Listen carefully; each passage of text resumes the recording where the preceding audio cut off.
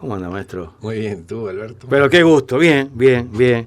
¿Cómo anda esa chacra? ¿Cómo anda ese rincón tan luminoso allí en San José? Y floreciendo con la Bien, primavera. bien, Bien, bien. bien. Esperando que haya más estabilidad cerca del sol, ¿no? Pero bien, bien. ¿Cómo están los árboles que plantamos en colectivo con Creciendo. oyentes ahí? Creciendo, creciendo. Tengo que darme una vueltita, hace tiempo que no Bueno, voy por sí, allí. siempre están abiertas las puertas, Yo lo ¿no? sé, yo Por lo sé, supuesto. yo lo sé. Y tenemos que hacer alguna movida ahí. Vamos a armar alguna movida, algún otro encuentro como aquellos tan Claro, lindos. para el verano, Para el quizás. verano, quizás. Después que pase toda esta Sí, señor, sí, turbulencia. señor, sí, señor. ¿Por qué no? Che, ¿qué tiempo? Este tiempo no es bueno para ningún cultivo, ¿no? No, no es No. bueno para el cultivo y tampoco es bueno Para para el bicho humano, nosotros. claro. Para el bicho humano, la luz es básica. Nosotros tenemos un reloj biológico, todo, como decían en la selva, todo tiene dinámico. Si hay una palabra que hay que definir al universo es el dinamismo, todo es cambiante, inestable, se desequilibra. Entonces la luz es necesaria para ese reloj biológico, que es un reloj como aquellos relojes suizos que nunca se equivocan, ¿no? Entonces todo esto puede cambiar ese reloj biológico que indica cómo el ciclo de cada órgano. Viste que cada cosa tiene un ciclo, el ciclo respiratorio, el ciclo cardíaco, el ciclo de la menstruación, el ciclo anual. Bueno, y hay un ciclo circadiano que dura 24 horas. Y la luz es el que más regula ese reloj biológico que lo tenemos acá en una zona del cerebro que se llama hipotálamo. Y esto influye mucho porque aumenta la melatonina, ¿no? Entonces nos sentimos como agotagados, cansados. Y cada uno de nosotros somos una personalidad única, irrepetible, que vive, siente y se relaciona de una manera, ¿no? Entonces todos estos factores son factores ambientales que influyen. Y el medio ambiente es lo que nos da vida. Eso ya lo decía Hipócrates hace 2500, las antiguas culturas. Y hoy la ciencia está recién demostrando eso. Y a pesar de que como todo está enfocado, a pesar de que ya hay múltiples trabajos científicos acerca de cómo incide todo eso, digo, todavía como hay un grupo formado por la ciencia, la industria, la política y los medios de difusión, y todo lo que no esté enfocado en eso es despectivamente alternativo, ¿no? Bueno, pero sí, hoy quería hablar de dos cosas Hay simples, como te dos decía. cosas simples que te están preocupando, inquietando, Sí, y que estás poniéndole pienso y cabeza. Me parece buena cosa. La vitamina D, sí. la falta de vitamina D y el magnesio. ¿Cómo Exacto. uniste estas dos cosas y por qué estás sintiendo que hay carencia con las dos? Y bueno, yo siempre, el método científico es lo primero la observación y análisis. Ujú. Entonces, una semana al mes atiendo donde vivo, en la chacra. ¿Y qué pasó? Consultantes que venían con problemas que podía ser una falta de vitamina D, pero que trabajaban en el campo, en donde la fuente de vitamina D es el sol. Pero gente que trabajaba en el campo tenía niveles de vitamina D bajísimos. Entonces me puse a hacer un análisis ¿por qué? Y la hipótesis es de que el sol aquí, por el agujero de ozono, entra muy fuerte. Entonces, en vez de broncear como debería, quema. Entonces ahí hay una carencia de la vitamina D. A veces simplistamente se dice, sí, lo que pasa es que hoy en día todo el mundo usa los protectores solares, Sí. pero esta gente de allá no usa protectores solares. Y otra cosa a favor, que me puse a observar y analizar, que gente que viaja frecuentemente a lugares, por ejemplo, del Caribe, donde hay un sol adecuado, a Brasil, no tenía esa insuficiencia de vitamina D. Entonces, digo, eso refuerza más la hipótesis de que estamos en una latitud en la cual el sol entra demasiado fuerte y no puede cumplir la función de activar en la piel la vitamina D. Y me detengo un poquito acá porque la vitamina D hay trabajos científicos cada vez más frecuentes, y lo veo en mi clínica, en donde veo prácticamente todos los días 20, 30 pacientes con enfermedad autoinmune y cáncer, que la carencia de vitamina D es un factor de riesgo no solamente para los huesos, como tradicionalmente se creía que la vitamina D era importante en el esqueleto, pero ahora se ha visto, y lo veo, que la carencia de vitamina D también influye, es un factor de riesgo en el cáncer de mama. Y mirá vos que el cáncer de mama acá es el cáncer más frecuente en la mujer, que cobra más de 800 muertes por año. ¿800? Más de 800 muertes. Y al igual que el suicidio. Y mirá vos también, la vitamina D hoy en día se sabe que también actúa y tiene acción en lo anímico, porque la carencia de vitamina D puede provocar, entre otras cosas, un estado depresivo. Hoy se sabe que la depresión y la ansiedad es una inflamación del cerebro. Y esa inflamación también, a bajo ruido, es la causa de casi todas las enfermedades crónicas más comunes: el cáncer, la diabetes, el Alzheimer, por el estilo de vida que también estamos y hemos creado, por eso de habernos alejado de la naturaleza, habernos alejado del medio ambiente.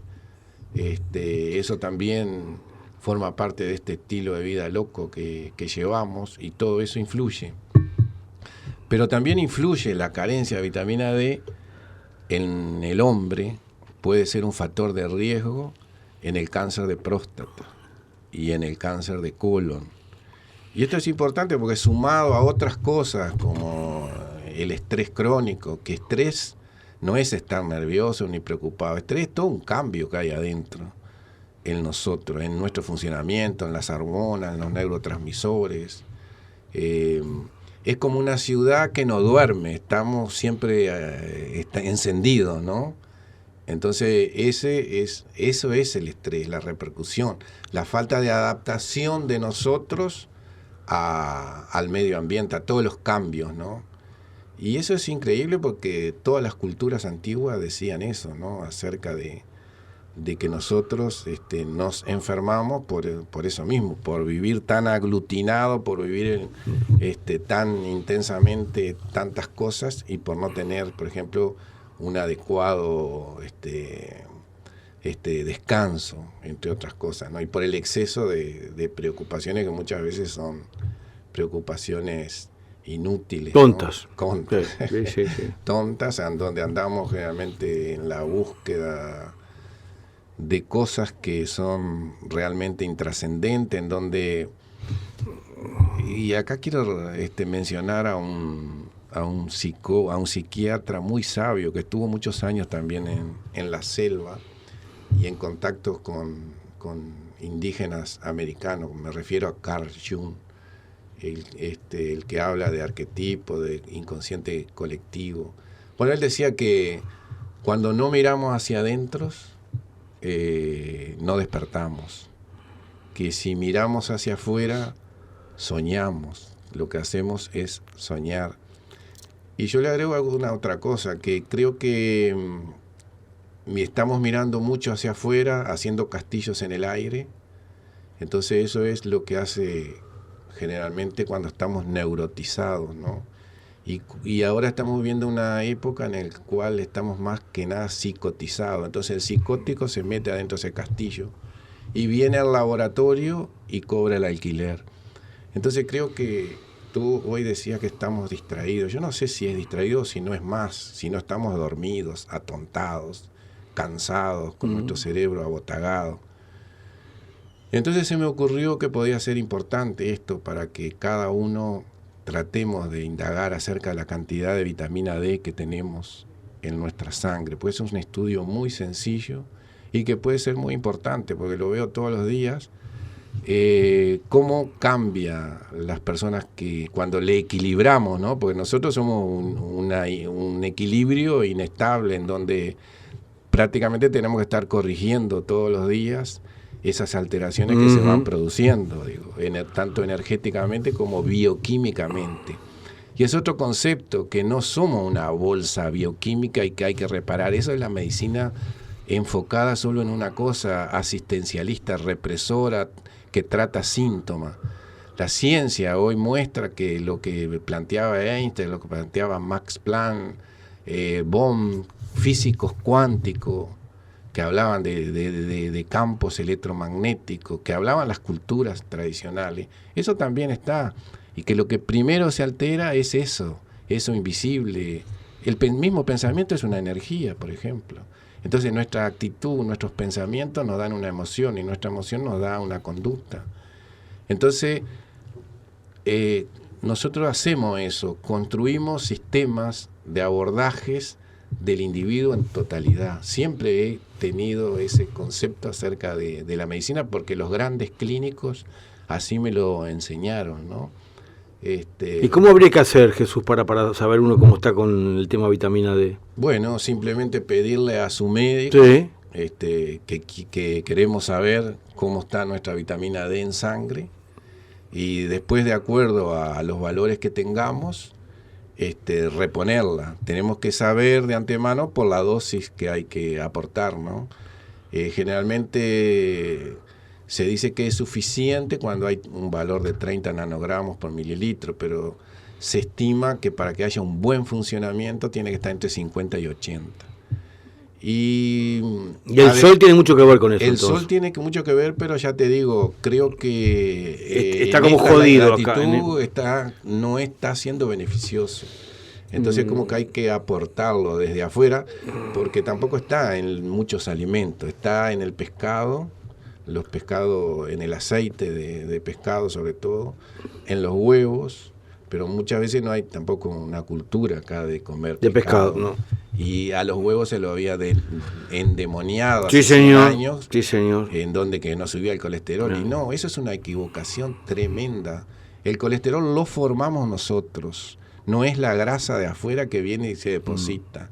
Es el exceso de azúcar lo que nos está matando, lo que está produciendo enfermedades. ¿Y cómo era la conexión de la vitamina D con el magnesio? ¿O no está conectado? Bueno, y te repito, otra cosa que quería terminar, donde incide también la falta de vitamina D en las enfermedades autoinmunes, en el lupus, en la esclerosis múltiple, que lamentablemente cada vez lo vemos más frecuente en jóvenes, acá en el Uruguay, ¿sí? Lamentablemente. ¿Hay muchachos? Sí, en la artritis reumatoidea, todas esas enfermedades llamada autoinmune, en donde, ¿qué significa auto? Nosotros mismos, hay un desorden en nuestras defensas y nos agreden, nos atacan, y son enfermedades en donde convencionalmente los tratamientos son solamente paliativos, los corticoides, los inmunosupresores, solamente reprimen síntomas y no nos cura, al contrario, nos van desestabilizando cada vez más. Entonces, por eso pongo este llamado de atención a que cada uno exija el estudio, o de lo contrario puede ir también y solicitarlo en un laboratorio, ¿no?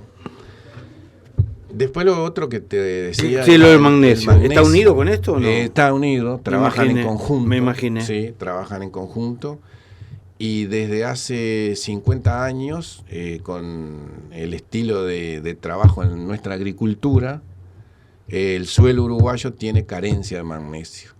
Y por ende, todas las verduras verdes, oscuras, que deberían de tener una carga de magnesio, no la tienen. Tampoco las semillas. Y esto porque el modo de fertilización se fertiliza con un fertilizante llamado el triple 15, que tiene nitrógeno, fósforo y potasio. El potasio compite y empobrece al suelo de magnesio. Por lo tanto, todo lo que la tierra brinda tiene carencia de magnesio. Y el calcio que nosotros necesitamos, que son 800 miligramos y está en los alimentos, no es necesario aportar calcio desde afuera. Y esto también es científico, lo aprendemos el primer año de facultad. Tú lo has dicho aquí la bioquímica, en alguna oportunidad. No sé si nuestros médicos se olvidan de eso, si está la influencia del maletín del visitante médico. No sé. Y la billetera. Bueno, habría que... Eso lo digo yo, no lo dice Jesús, me consta. Está en los libros de bioquímica, que no se necesita calcio. Bueno, entonces, El calcio que está en los alimentos, por ejemplo, la espinaca tiene más calcio que la leche. No, la leche no es imprescindible, tampoco como nos hicieron creer. La leche no es un alimento endemoniado. El tema es que la leche que tomamos de la industria no es la leche que tomaban nuestros ancestros. Por ejemplo, la leche del tambo, esa vaca vive preñada artificialmente. Entonces, con niveles de estrógenos 65 veces más altos de lo habitual. Y ese es un factor de riesgo, por ejemplo, esa carga de... Y eso puede estar incidiendo, por ejemplo, que vemos cada vez a las chicas en un desarrollo más precoz, y eso también puede estar incidiendo, y por eso la leche es un factor de riesgo, entre otras cosas, también para el cáncer de próstata, de mama, de colon, todos aquellos tumores que son hormonodependientes. Bueno, y el magnesio también es importante, porque si no está adecuadamente los niveles de vitamina D, el magnesio y la vitamina C, que comiendo una naranja por día, un kiwi, ya sería suficiente, ese calcio no penetra el hueso. Entonces, por eso es importante en el metabolismo óseo, pero también es importante el magnesio en el sistema cardiovascular. Hay muchísimas arritmias por falta de magnesio. Para el cerebro también es muy importante el magnesio, para las defensas. Y en muchos lugares se dice que por ejemplo, los kenianos, ¿por qué ganan siempre los kenianos?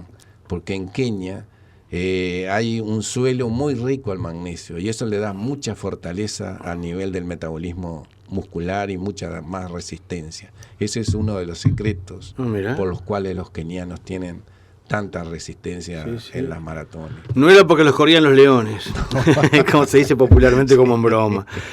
Bueno, parte de la alimentación, ¿no? Sin duda, sin duda. La alimentación es algo muy importante. Y hoy en día se está hablando también lo que hace 2500 años Hipócrates decía, la enfermedad empieza en el intestino. Hoy el doctor Fasano de Harvard, Departamento de Gastroenterología, dice, la muerte empieza en el intestino. ¿Y por qué es esto? Porque nosotros tenemos 1,5 kilos de bacterias que nos defienden de otras. Es nuestro contacto con el mundo externo, lo que entra, nos libera de toxinas, procesan alimentos. Entonces, como un filtro, digamos. Como un filtro, exactamente. Es la primera frontera, son como nuestros guardianes. Uh-huh. Y ahí también se ha descubierto lo que decían los orientales hace 5.000 años, que en el intestino había neuronas, que era el segundo cerebro. Hoy, recién estamos descubriendo eso, que sí, que tenían verdad, que tenían razón, que hay más de 100 millones de neuronas en el intestino, que cuando se produce esa inflamación y esa alteración de las bacterias, de ese sistema de virus, bacterias y parásitos, por lo que comemos, el exceso de azúcar, el gluten, pero tampoco tenemos que endemoniar al gluten, el gluten transgénico, claro, que lo hemos modificado, los alimentos ultraprocesados, el exceso de azúcar. Fíjate, Alberto, que hoy le estamos poniendo azúcar al pan. Cuando vamos a hacer una pizza, dice salsa de tomate sin conservante, y es verdad, pero ahí está como conservante el azúcar, porque el azúcar también tiene esa propiedad de ser conservante. Entonces, que aprendamos a fijarnos en las etiquetas, y van a ver que van a encontrar azúcar enmascarado como jarabe de maltosa, jarabe de maíz, maltodextrina, fructosa, y que no es la fructosa del azúcar, es una fructosa química. Entonces, todo eso, los conservantes, que están en todo, ¿no? Están en todo. Entonces, ahí estamos rodeados con esos temas. Estamos rodeados. Sí. Entonces, yo creo que ahí es donde tendríamos que trabajar, pero mucho, porque la enfermedad comienza, y es una pena, porque además se malgasta mucho dinero en salud. Claro. Y una de las cosas que lamentablemente que progresa acá en este país es el cáncer, la enfermedad autoinmune, los suicidios, la importación de pesticidas, mal llamados pesticidas, porque son venenos, los productos transgénicos, que transgénico significa que modifiqué la semilla para que resista al veneno. Entonces está entrando a nuestros organismos material genético desconocido. Que ha sido alterado. Que ha sido alterado. Por ejemplo, el trigo transgénico ha sido alterado en 23.000 proteínas. O sea, hay 23.000 genes nuevos, que eso puede manifestarse como en medicina se llama antígeno, algo extraño al cuerpo. Y cuando ingresa algo extraño, nuestro sistema defensivo reacciona. Y ahí se puede formar que nos agreda a diferentes lugares, articulaciones, músculos, según la predisposición genética que nosotros tenemos. Seré curioso, mi estimado Sí. doctor Jesús Costa, al tiempo que se toma el matecito allí que lo estoy convidando, y con estos pacientes que te visitan allí en San José, que gente del San José profundo, por lo que me estás contando, que tienen este problema con la vitamina D, a pesar que toman sol y no usan protector, no usan filtro, que debieran usarlo, pero bueno, en general es cierto, la gente que trabaja en el campo no lo usa, se resiste culturalmente, ni siquiera es un tema económico muchas veces. ¿Qué estás armando? ¿Con una estadística? ¿Con un elemento para después poder actuar? ¿Estás sumando testimonios? Exacto, por ahora sumando testimonios. Sumando testimonios de la carencia, el antes y el después. Y aún en cáncer, ¿no? Pero acá también en Montevideo. Ah, sí. También en Montevideo. Y sumando casos, por ejemplo, de cánceres muy evolucionados, en donde los mismos oncólogos nunca le habían hecho un estudio de vitamina D, y aún teniéndolo, no le reponían eso porque entienden que no es importante cuando está plagado de trabajos científicos y académicos que sostienen eso, no es filosófico esto que estoy hablando. La evolución varía. Entonces, por eso creo que es muy importante. Y bueno, cuando tenga los datos suficientes y un número X en cuanto a lo previo de las evoluciones, publicaré algo, ¿no? En función de ver qué medidas tomar para poder reparar. Está muy bien. Exactamente. Está muy bien. Pero me parecía Mira qué dato eso ese, que porque para mí promover salud es educarnos. Claro. Y prevenir es hacer prevención primaria antes que aparezca la enfermedad. No tenemos que hacer una medicina tecnológica como hacemos. Después que está la enfermedad, bueno, te hago la tomografía, la resonancia, la endoscopía para ver si volvió o si no volvió. Entonces tenemos que hacer eso, que es una medicina preventiva, clínica, humana, y que siempre va a ser más redituable, ¿no? Mi estimado doctor Jesús Costa, como siempre, un gusto compartir el mate, Alberto, la charla y su sabiduría. Igualmente, Alberto, muchas gracias por la invitación. Y un abrazo a toda la banda, ¿no? A todos los oyentes. Porque el doctor Jesús Costa ha sido también parte de la banda Vejera Mariando, es cierto también. Y de instancias que hemos tenido. Y no, primero oyente, y ¿no? Sí, me consta. Primero oyente. Inmenso honor cuando nos contabas el otro día que, bueno, antes que te conociéramos en la actividad, que siempre te hemos respaldado en esta búsqueda, en estos caminos de autogestión y de reencontrarse con la sabiduría de los pueblos originarios, nos honraste escuchándonos antes de eso. Y hago mención de que me respaldaste en un momento que era un tema de mirarnos a los ojos y creer, sobre todo. Es cierto. Fue una conexión emocional, no científica, que tuvimos con el doctor Jesús Costa. Gracias por la visita, No, Jesús. a ti, muchas gracias. El doctor Jesús Costa, gente, esta mañana, una vez más con nosotros.